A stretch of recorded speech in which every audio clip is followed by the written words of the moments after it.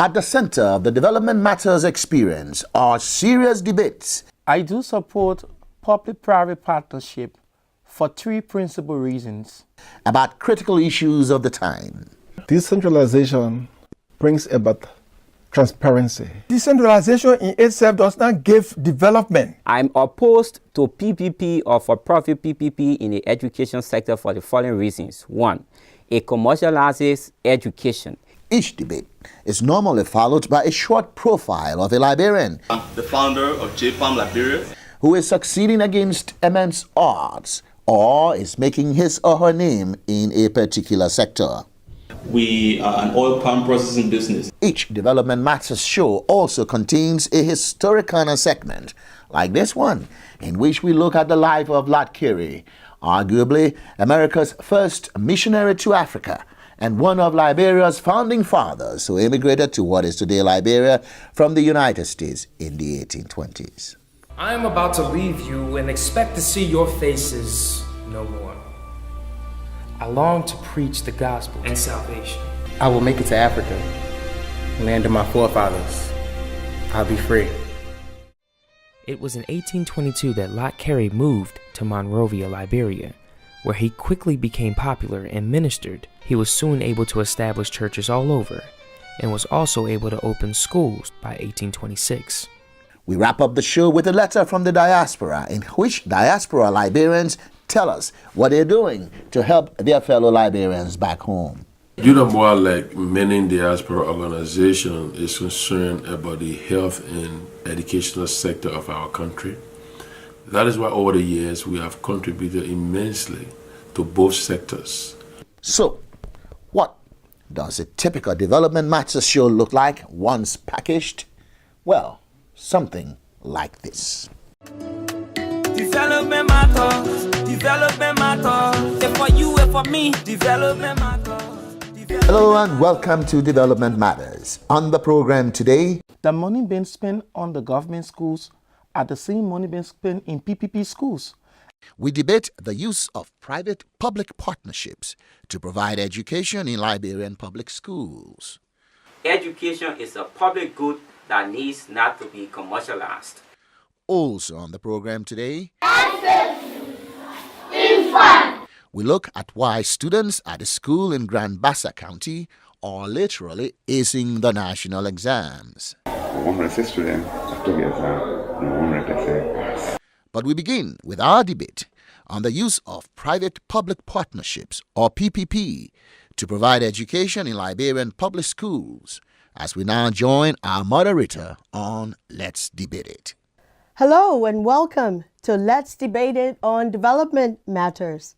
I'm your moderator, Reverend Rita Townsend, Vice President for Institutional Advancement and Associate Professor at William V.S. Tubman University in East Harper, Maryland County. As you may know, there are private for-profit entities that have taken over and are running several elementary schools across the country which receive funding from the government.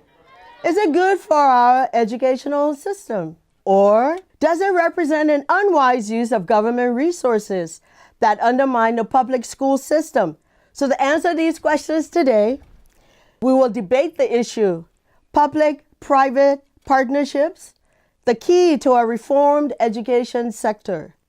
For the affirmative, we have with us Urias Brooks. He has worked in the areas of primary education and is currently the executive director of the Liberian Youth Network Lionet, which is a nonprofit organization that focuses on children and youth development issues.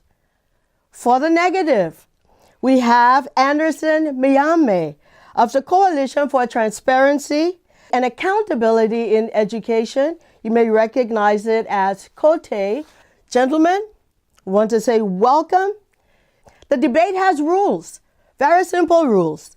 Each side will have 3 minutes for their opening argument, followed by 2 minutes each for rebuttals. And then we wrap up with a minute of closing arguments. We have an audience in the studios today. We want to welcome our audience and say thanks for coming. Who is in favor of the motion? Public public-private partnerships, the key to a reformed education system. Okay. And by a show of hands, who is against the motion? All right. 3 for the motion and 2 against. And after the debate, we will ask you to see whether you've been swayed one way or another. We now go to Urias Brooks for the affirmative. Let's debate it. Urias, you have 3 minutes. Thank you. I do support public-private partnership for 3 principal reasons. The first reason is public-private partnership provides the much-needed paradigm shift in our education sector. What is the paradigm shift? Let's look at the current paradigm in our education sector. The Ministry of Education provides teaching within public schools. The same ministry provides monitoring and supervision of teachers within the schools. This is a conflict of interest. The ministry cannot evaluate itself, and it is not objective in the evaluation. The result shows that our students are failing, they are poor schools. So we need a paradigm shift in our education sector. And PPP provides that, where private entities will separate and independently run and manage public schools in Liberia. This will lead to the Ministry of Education monitoring and evaluating the performance in these schools. This will lead to transparency, accountability, and efficiency within our schools. All of these will lead to improved school management and academic performance within our school. The second reason I do support public-private partnership, it will secure funding from the private sector for our education system. The money and the budget being spent on our education sector is far below spending requirement by the Sustainable Development Goals. The third reason is the public-private partnership fosters community involvement. PP is known for its entrepreneur relying on community support through PTS structure that leads to enrollment, retention, and academic performance of our students. To wrap up, let me just conclude by saying that public-private partnership is the way forward. Looking at enrollment from the piloted project in public-private partnership school in Liberia, enrollment remains at 80% of our students, retention of teachers at 90%. Thank you. Thank you, Mr. Brooks. Now let's hear from the negative as we join Mr. Anderson Miame. Thank you, Madam Moderator. Let me indicate here that I am not against just public-private partnership. What I oppose is for-profit injection in the education system. I'm opposed to PPP or for-profit PPP in the education sector for the following reasons. 1, it commercializes education. Education is a public good that needs not to be commercialized. When we commercialize education, we sacrifice quality and students' welfare for profit. And what we have in the sector currently is that many of the providers, especially the international providers, are for-profit entities that have come to maximize profit at the expense of the education sector. Second, the model being used in the sector right now does not support transparency and accountability. We are informed that all of the providers were not recruited through transparent and competitive process. Besides that, PPP is turning public schools into corporate entities. PSL or the PPP providers are not giving leverage to independent investigators to access schools. Third, PPP is not sustainable. The current PPP is largely donor-driven. Donor funding, we have records to show that donor fundings dry up. And when that happens with this PPP, it is going to be detrimental to the sector in terms of transitioning to the old system. The fourth point is that there is lack of community engagement, stakeholders engagement in decision-making around the PPP. When the program was introduced, many stakeholders, including county education officers and parents, were not engaged during the process of introduction of this program. Because of the listed reasons, I am opposed to the current model of public-private partnership in education, whereby the government of Liberia is outsourcing its responsibility to provide education to Liberians to foreign and for-profit actors. And thank you very much, Mr. Miami, for that spirited opposition to public-private partnerships. And now for rebuttals. We bring again for the affirmative, Mr. Urias Brooks, and remember, you have 2 minutes. Let us look at the results. By-school performance, post-school attendance. I do support the idea of private partnership in terms of profit making. So long it is producing the quality education in the classroom, that is perfect. Not all public-private partnership providers are for profit making. The money being spent on the government schools are the same money being spent in PPP schools. And the money spent in PPP schools are being accounted for through the Public Procurement Concession Commission. All of the providers went through the PPC bidding process. The records in PPP schools shows that the teachers are regularly attended. They have academic materials in terms of teaching aids. Students are provided textbooks to do homework from. So it is important that the public-private partnership be supported. In terms of sustainability, the community is working in alignment with the school, where the principal is empowered to lead to bring about the school culture, where the PTA can provide monitoring. They can also provide some agriculture tools for the feeding of students within those schools, as compared to the normal schools that you don't find these initiatives ongoing. Thank you very much, Mr. Brooks. And now let's join Mr. Miami for his rebuttal. I differ with my colleague when he says that government does not have resources to fund education, because of which we should give our sovereignty to international actors. Most of the providers under this PPP program are international for-profit organizations. The Liberian institutions are just being used for cover-up. What becomes of the profits that these organizations make? Research have shown that one of the providers is spending up to 9 million or spend up to 9 million USD during the first year of the pilot. And of that amount, 5.5 million was used overseas. 9 million for just 1 year, when the entire Ministry of Education gets around 45 million annually to operate, to operate not just primary school, but even up to secondary school. So it is not sustainable. The other point is the government has a responsibility to provide quality education for everyone. What we've seen under the PPP is that it is not inclusive. Students are being denied access to the schools under the PPP program because of class cap.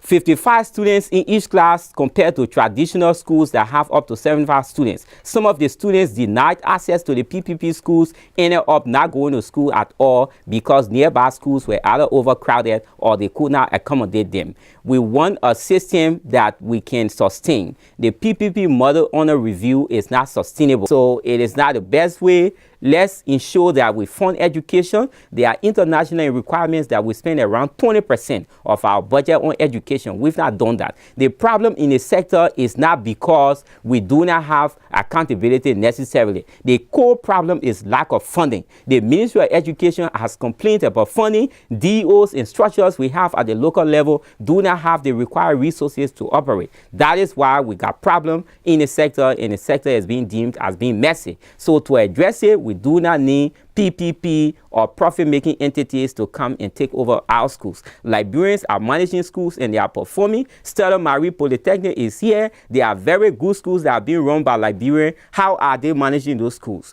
We need resources to our public school system to operate, and we do not need a PPP, especially for profit entities that are going to make profit and take their profits abroad. Well, Mr. Miami, I'd like to thank you for that spirited rebuttal. And now we'll take a couple of questions from the audience. This question is for you, Mr. Brooks. The PPP, are they getting money from the government? If so, why are we giving them taxpayer money and for them to go and make profit? Yes, these public providers are receiving money from government.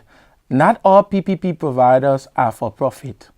The argument is, if the government intends to provide quality education, and if these private providers are providing these public schools the requisite education, there's no need to comment on money, because the same money that the government will use on the normal schools are the same money the government is providing to the private providers, and the results are there.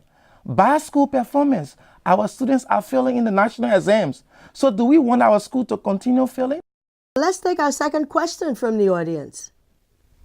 Yes, you're recognized. Mr. Miamia, I have a question for you. For 170 years now, we've tried the current school system, and it hasn't worked for us. Don't you think it's high time now that we move on to this PPP system that's going to benefit our country?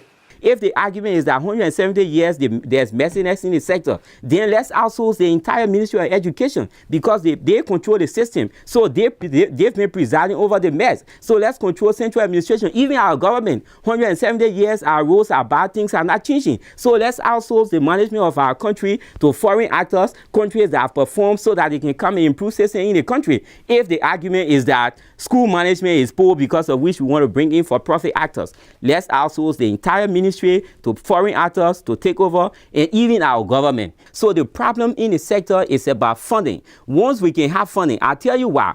Under the PPP, one of the providers is spending 1,000 plus USD on each student. And what that means is in the traditional public school system, government spends around $50 on each student. What that means in essence is that for every one child that is being supported under one of the providers under the PSL program, that funding goes towards 20 students in the traditional school. They are non-comparable. So even if the PPP schools are performing or were to perform, it wouldn't be magic, because there's cross disparity in funding to PPP schools and what we have currently under the traditional system. It was rambunctious response. And now for closing arguments. And we will begin with Mr. Brooks. NADA statistics shows in Liberia that PSL providers met community engagement requirement. Also, in normal schools, you find out that 40% of the children are now attending classes regularly. 20% are now following academic lessons. Compared to the PSL schools, students are in class regularly, 80% of them. They are following the lesson by 90%. The teachers are teaching regularly. Unlike in the normal schools, that teachers are not coming to school regularly. Teachers in PSL school were placed on payroll adequately in the beginning of the school year. Unlike normal schools, that teachers still scramble to get on the payroll. PSL provides the way forward that the community can feel their own impact in terms of providing the hopes and aspirations of the Liberian children. Thank you very much, Mr. Brooks. Now let's hear from the negative as we join Mr. Anderson Miame. It is not true that students have been performing in all of the schools that have been run under the PPP program. In fact, I must indicate here that study has shown that all of the providers did not fully operate under the pilot. So for my colleague to say that students performed well under the PPP program or in the PSL school is not factual. Apart from that, like I indicated, support to the PSL school and what is being given to the current school system is grossly different in terms of funding. There's a gap. Apart from that, he indicated that the providers have been doing very well in terms of engagement with community. That's not true. The research showed that there is lack of community participation in processes leading to the PPP and even the workings of the providers. Privatizing and outsourcing public education for profit entities that will make profit and ship those profits abroad is not the way to go. Thank you very much, gentlemen. Now let's see where the audience stands. By a show of hands, let's see who is for the affirmative. All right, thank you very much. Now let's see who is for the negative. When we began, we had 3 for the affirmative and 2 against. And now, due to this spirited, hot debate from our youthful leaders who are thinking for years, generations down the road in terms of our educational system, for the affirmative, in the end, we have 2. And for the negative, we have 3. Therefore, ladies and gentlemen, that is it for today. Let's debate it on development matters. I have been your moderator, Reverend Rita Townsend. Thanks to our debaters, Urias Brooks and Anderson Miame. And thanks to our audience. And thank you for tuning in. Goodbye, everyone. This is Development Matters. We'll be back in just a moment. Corruption, it can be minimized, provided if the parents and the child don't compromise. Corruption killing all, we not satisfy. Make my heart burn slow until I testify. Welcome back to Development Matters, as we now take a look at a school whose students are excelling in national exams. There is something special happening at Kwende Town Public School in Grand Bassa County. Enrollment is way up. Teachers are trained and motivated. Let's go.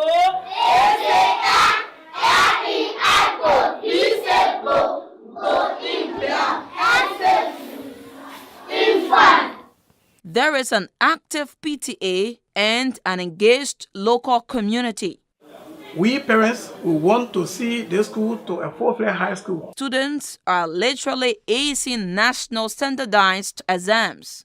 Who can tell me the representative of Grand Bassa, Buchanan District? Gabriel Buchanan Smith. Many reasons account for the school's success. But the person chiefly responsible for all of this is Theophilus Frankel, principal of Kwende Town Public School. When I was signed in 2011, I met 180 students. I told my parents, look, and I hear a low number of students. So I asked them, what can we do? Parents suggested that we should do house-to-house mapping. Going from house to house, asking parents to send their children to school, because before then parents don't want to send their children to school. 2014-2015 school year, the student went up to almost 900. But there was one problem. The school had no space to accommodate the increased number of students. To solve the problem, the principal again went to the PTA and the local community. I asked the parent, what can we do? He said, look, the principal, we stand by you. Whatever you want us to do, we'll do it. And they did a contribution. We started first honors. The children enter. 2015-2016, the number buzzed up. We saw 900 plus in the morning and 600 plus in the afternoon. So we said, no, we have to be another honors. We called PTA meeting. They were all decided. And we agreed, based upon that, we were able to be another honors, the second honors. Now, the emphasis was on preparing and motivating teachers. On the academic level, we found out that if you have infrastructure and you don't have the best of the knowledge or the brain, definitely it's nothing. So without working on the children, working on the teachers, having workshop and telling them what to do, how to teach the children to be prepared. The community also pitched in raising funds to supplement teachers' monthly salaries. The government can do all. We as a community should also help. Their efforts paid off. The school's performance on standardized exams saw steady and remarkable improvement. Because of our way of teaching children, the first year we went 75% in West African examination result. Last year we went 100% pass. Students, 106 students took the exam and 100% pass.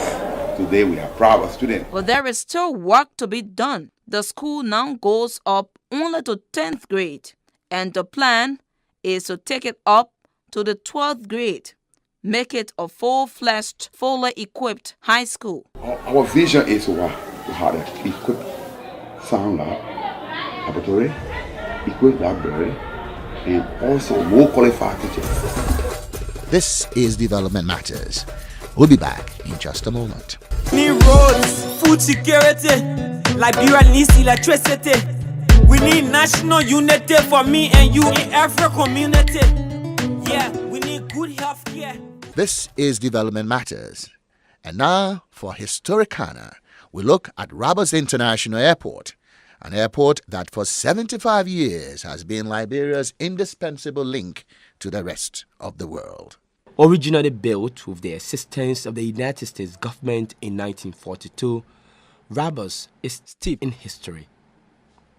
It served as a crucial base of support for the Allies' effort in the North African theater during the Second World War.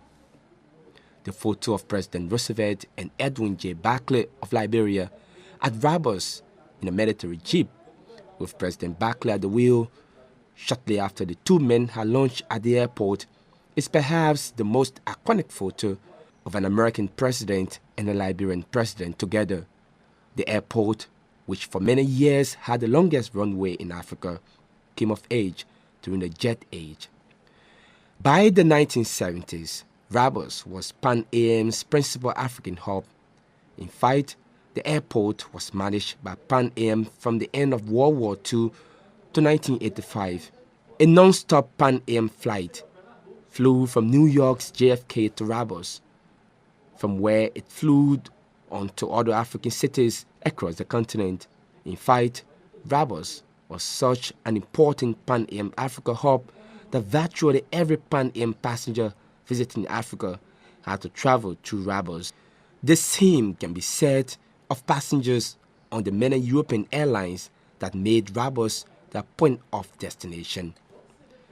They included Swiss Aid, Scandinavian Airlines, KLM, British Caledonian, Sabrina, and of course UTA. All of them touched down at Rabas at least once a week. In 1976, the Concorde, on its maiden test flight through Africa, touched down at Rabas before flying onto South Africa. When the U.S. space program was looking for an emergency landing site for the space shuttle, guess where they chose? Of course, Rabas. Like with many things in Liberia, Rabas suffered during the country's 14-year civil war. Major airlines stopped coming to Liberia. But with a spanking new terminal under construction and brand new baggage handling equipment, Rabas may be ready for another 75 years of linking Liberia to the rest of the world. This is Development Matters. And now we get a letter from the diaspora.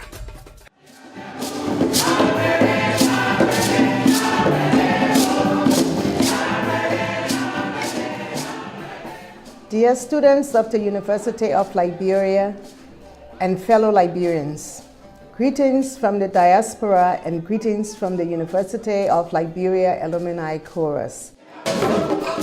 My name is Rena Smith Jarrett, President of the University of Liberia Alumni Chorus, a group that is comprised of professional men and women who sang together in the University Chorus more than 20 years ago.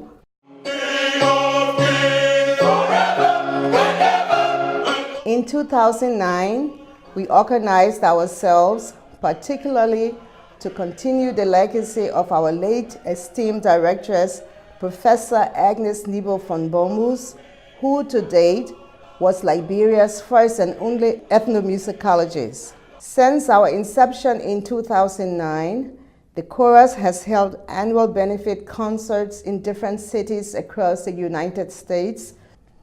Our initial fulfillment to assist was a contribution of $10,000 presented to the university in 2011. In 2014, we partnered with the university during the Ebola crisis and contributed much needed supplies. Beyond these, we have made available more than $25,000 for our Scholarship and Teaching Excellence Award programs. Currently, we have 6 students on our scholarship this academic 2017-2018 school year. We value education and are direct beneficiaries of the quality education we received at the University of Liberia. We want to help more of you, but we cannot help you if you do not help yourselves by applying. Make it your duty to go to the University Administrative Office and ask about available scholarships from the University of Liberia Alumni Chorus. Please apply.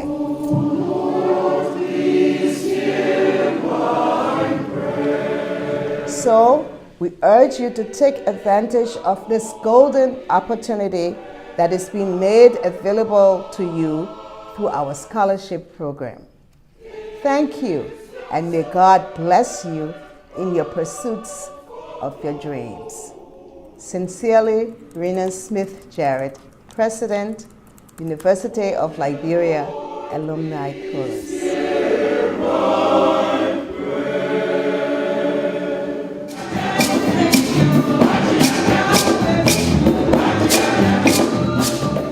Well, that's our program for today. Thanks for tuning in, and we'll see you next time on another edition of Development Matters. Development matters, development matters. It matters for you, it matters for me, it matters for Mama LIB. It matters for you, it matters for me, it matters for Mama LIB.